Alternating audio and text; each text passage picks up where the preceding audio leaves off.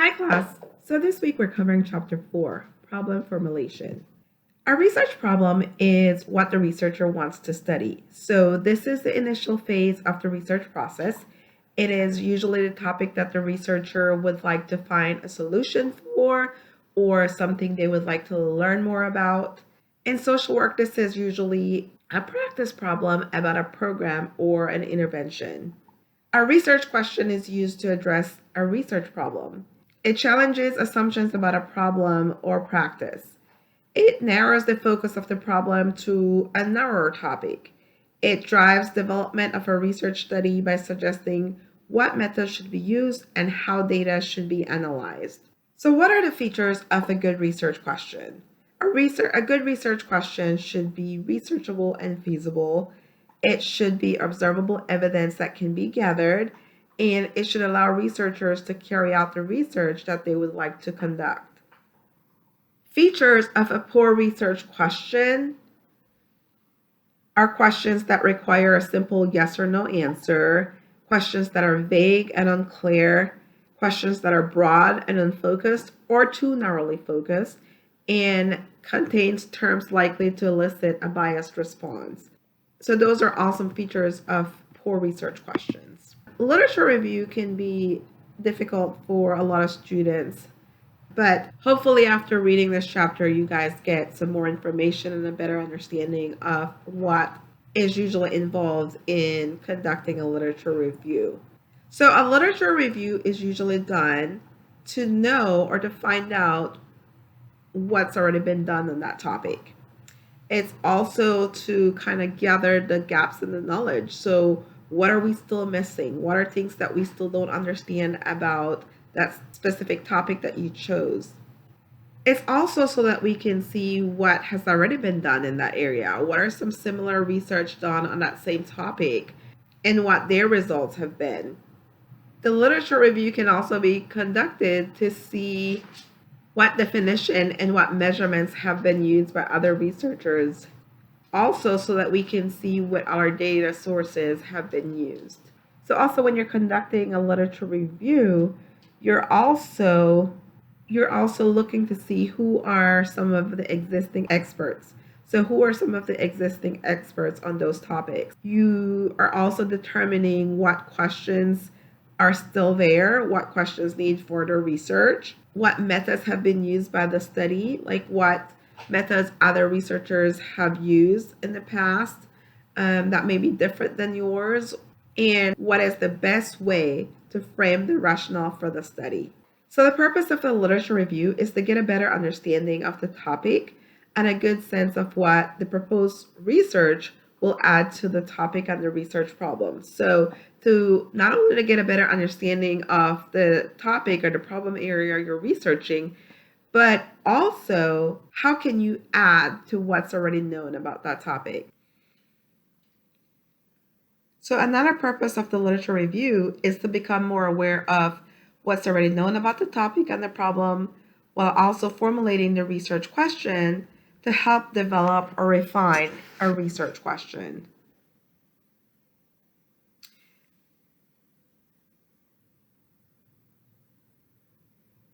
Another purpose is to gather background information that will be used in the research paper,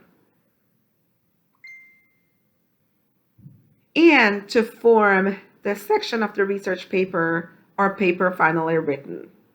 So the main motivation for a literature review is to find solutions to practice problems through client-oriented practical evidence search. These questions are the main motivation for social workers. So there are 5 areas associated with the client-oriented practical evidence search, and they may be useful in thinking about what literature should be included in a review. So the first one is effectiveness. So identifying an evidence-based intervention or evidence for an intervention. The second one is prevention, identifying actions that could help prevent a problem from occurring. The third is assessment, identifying evidence-based assessment tools and strategies. The fourth is description, gathering information to help describe a phenomenon. And the fifth is risk. So identifying factors, characteristics, circumstances associated with eliminated risk of individuals experiencing some unwanted outcome. So any paper that you're writing while in this program should have a relevance to social work. Some factors to consider when selecting a topic is think about the current state of knowledge, think about questions that have been investigated, questions that need to be addressed in the future research, and also limitations of the research on the topic. So let's get into how to conduct a literature review.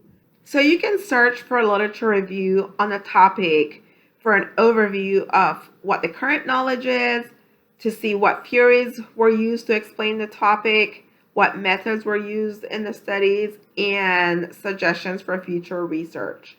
You can search for a systematic review on the topic that locates existing studies, selects and evaluates contributions, analysis. They synthesize the data and report evidence that enables reasonably clear conclusions about what is and what is not known. So with the systematic review, they are looking at current studies, looking at their contributions, the analysis used, and synthesizing that data to be able to draw a conclusion about what is currently known about the topic and what is not known. So when conducting a literature review, you can search for a literature review on the topic that you're researching for an overview of what is currently known, so the current knowledge, what theories have been used to explain the topic, what methods have been used in the past, and suggestions for future research. Then you can also use a systematic review on the topic, which locates existing studies, it selects and evaluates contributions, analysis, and it synthesizes the data and reports evidence that enables reasonably clear conclusions about what is known and what is not known about the topic. You should also include the gray literature. So gray literature represents research produced by governments, academics, businesses, and industries in print or electronic formats.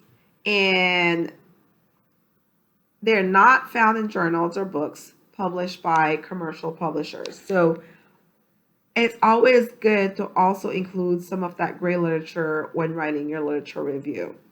Electronic databases is one of the sources of information for your literature review.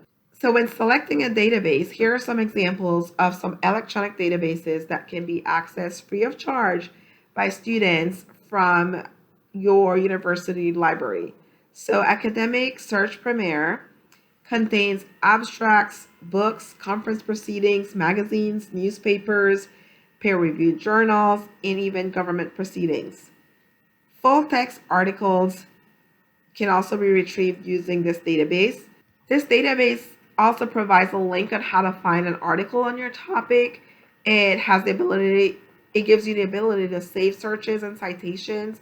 It provides alerts when a new journal enters the database.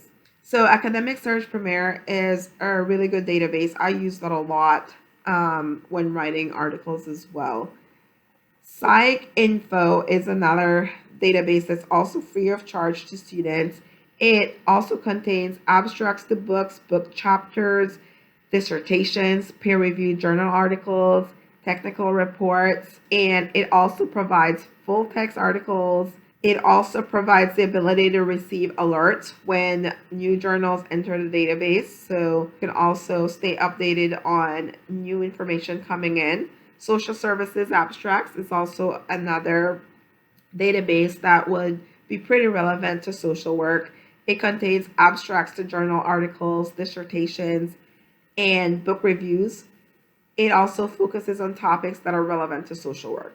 So with the Social Services Abstract, the time frame that is covered is from 1974 to the present. It has journal articles starting from 1974. One advice though, we really need to keep to 10 years or newer.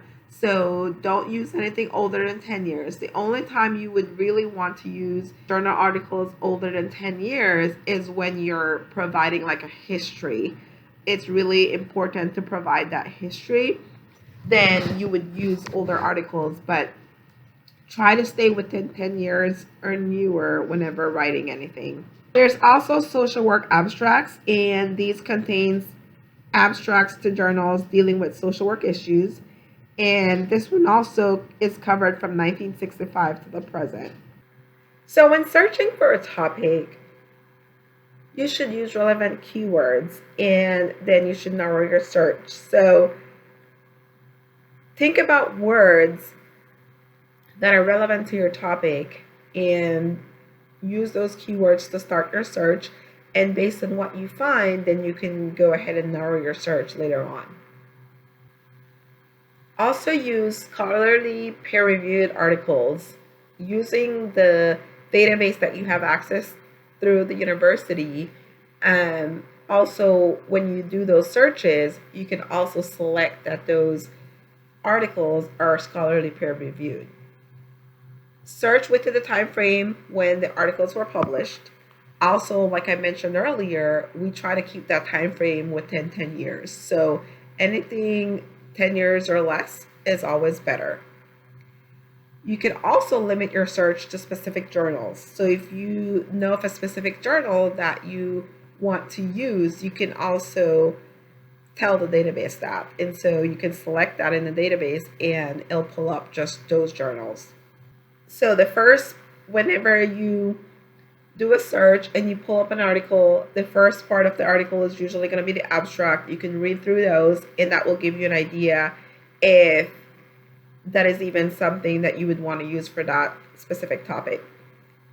Consider what study described is liked. So here are some questions that you want to consider to determine what the study is like. So is it a study or just a theoretical or conceptual article? Does it appear to be an empirical study? Is the number of participants significant enough to enable generalization to a wider population? Where did the study take place? Was it a location where the practice interventions may be culturally different and thus not apply to the desired topic that you're studying? So these are very important to think about when you're doing your literature review and you're looking at the articles that you're going to select. You always want to use empirical studies. You also want to look at the number of participants, because if you're looking at a study that used 10 participants, but you want to use this to generalize it to an entire population, or you're trying to generalize it to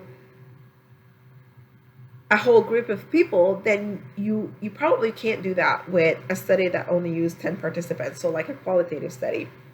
The location also makes a big difference because you need to think about cultural differences. Another thing that you'll notice too, a lot of times research, their sample is usually mostly Caucasians, and a lot of times when people are doing studies or research on like a minority population, you have to consider that when determining, okay, looking at the research that's done primarily on Caucasians, how do I apply that? Or can I really apply that to my research that I'm doing on African Americans or Hispanics or Asians? So it's really important that you think about those areas when looking at your articles that you're planning on using for your study or your literature review. Also, make sure you're selecting full text articles. So there's a checkbox then you can select that makes sure that when you search for something, it pulls up only the full text articles. You always want to have that. You don't want to have part of the article. You want to be able to see from the abstract all the way to the results of the discussions, the limitations, all of those things included. You want to make sure you read the annotate, you read the article. RefWorks allows the researcher to be able to save, annotate their articles, create bibliographies, present citations in different formats, so you're able to do all of those things.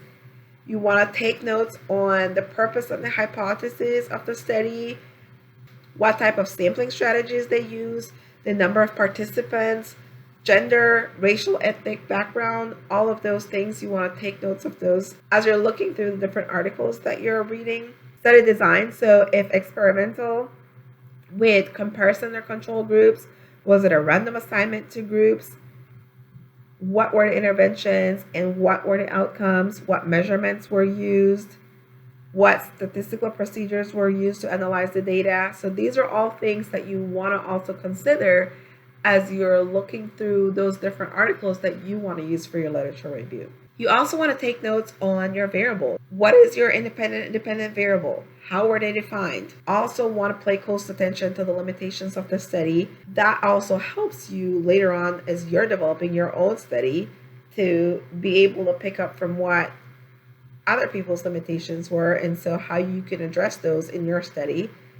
What are some methodological flaws that you notice in their study? What are maybe some ethical violations that you notice? Any inconsistencies that you see in the findings between the different studies?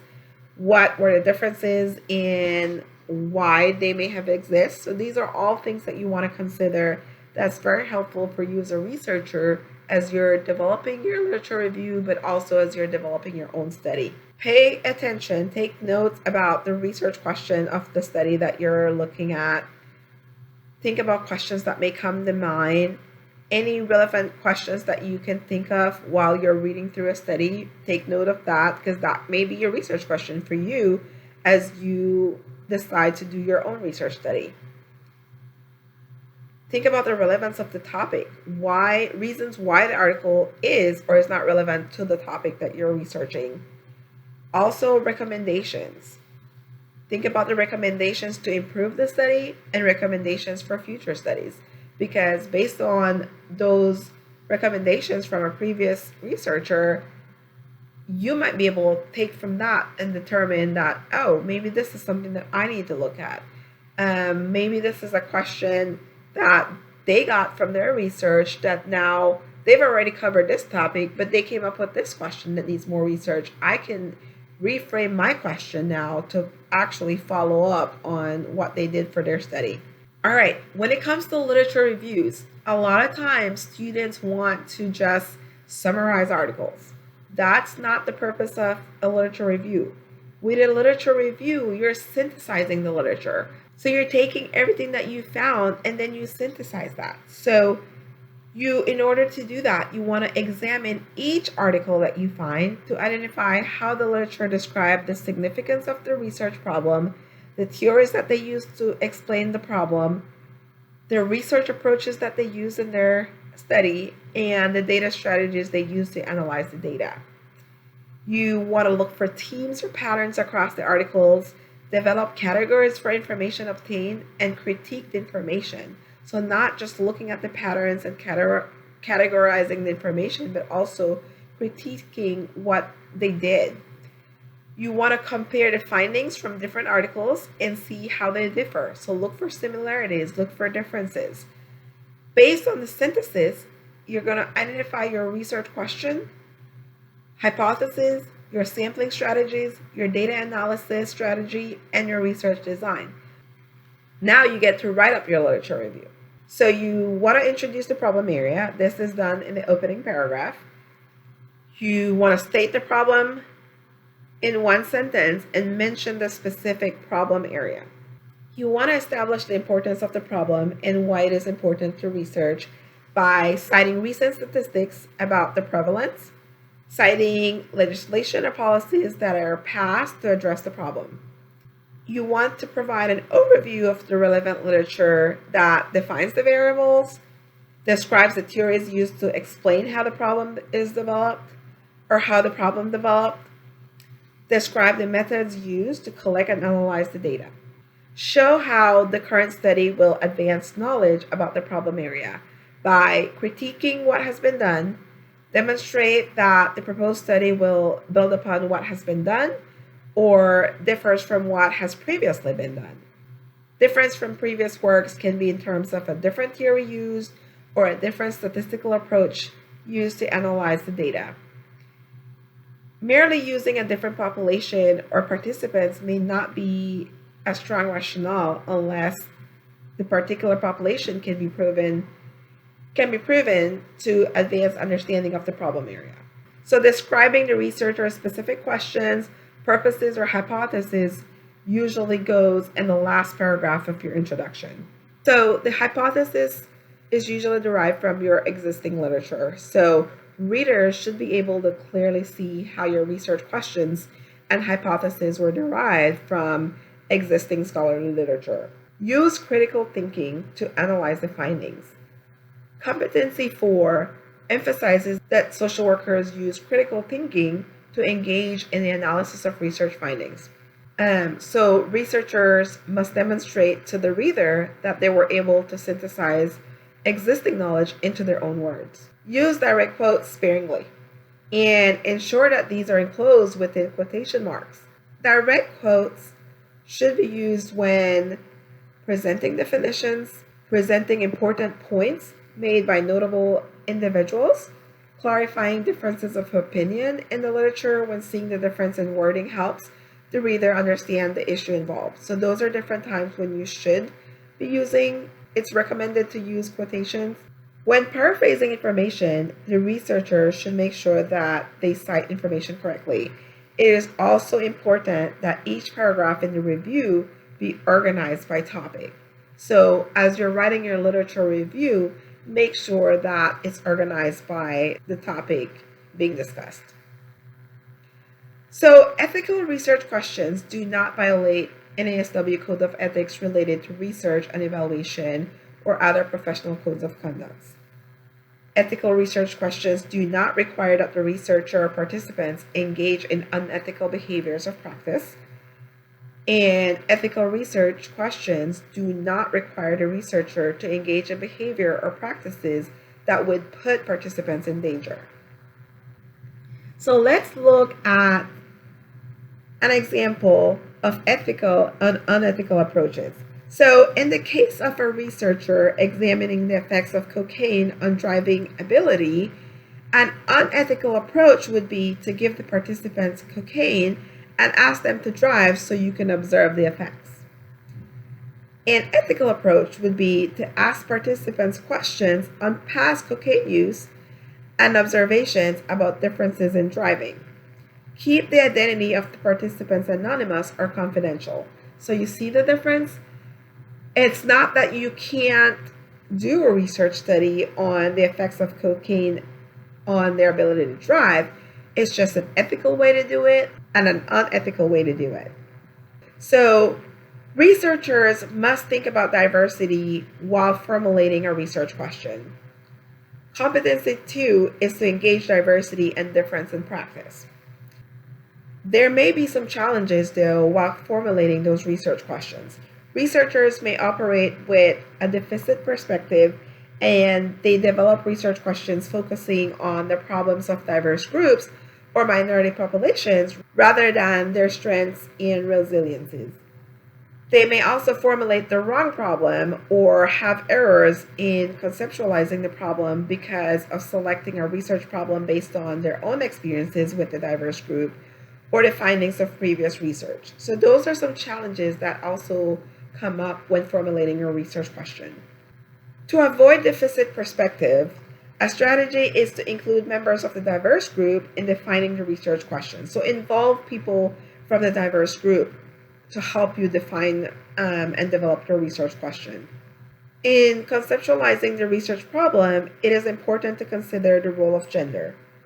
For example, if a researcher is interested in studying binge drinking among college students, it is important to define binge drinking differently for males and females.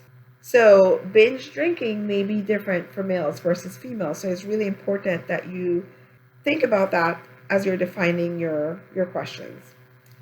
Using definitions for males when studying females may underestimate the prevalence of binge drinking, and using definitions for females when studying males may also overestimate the prevalence of binge drinking. So think about those things as you're developing your question, as you're doing your research study. It's very important that you consider diversity, you consider gender. There may be other diversity characteristics that you should consider as you're developing your research question as well. All right, so that brings us to the end of chapter 4.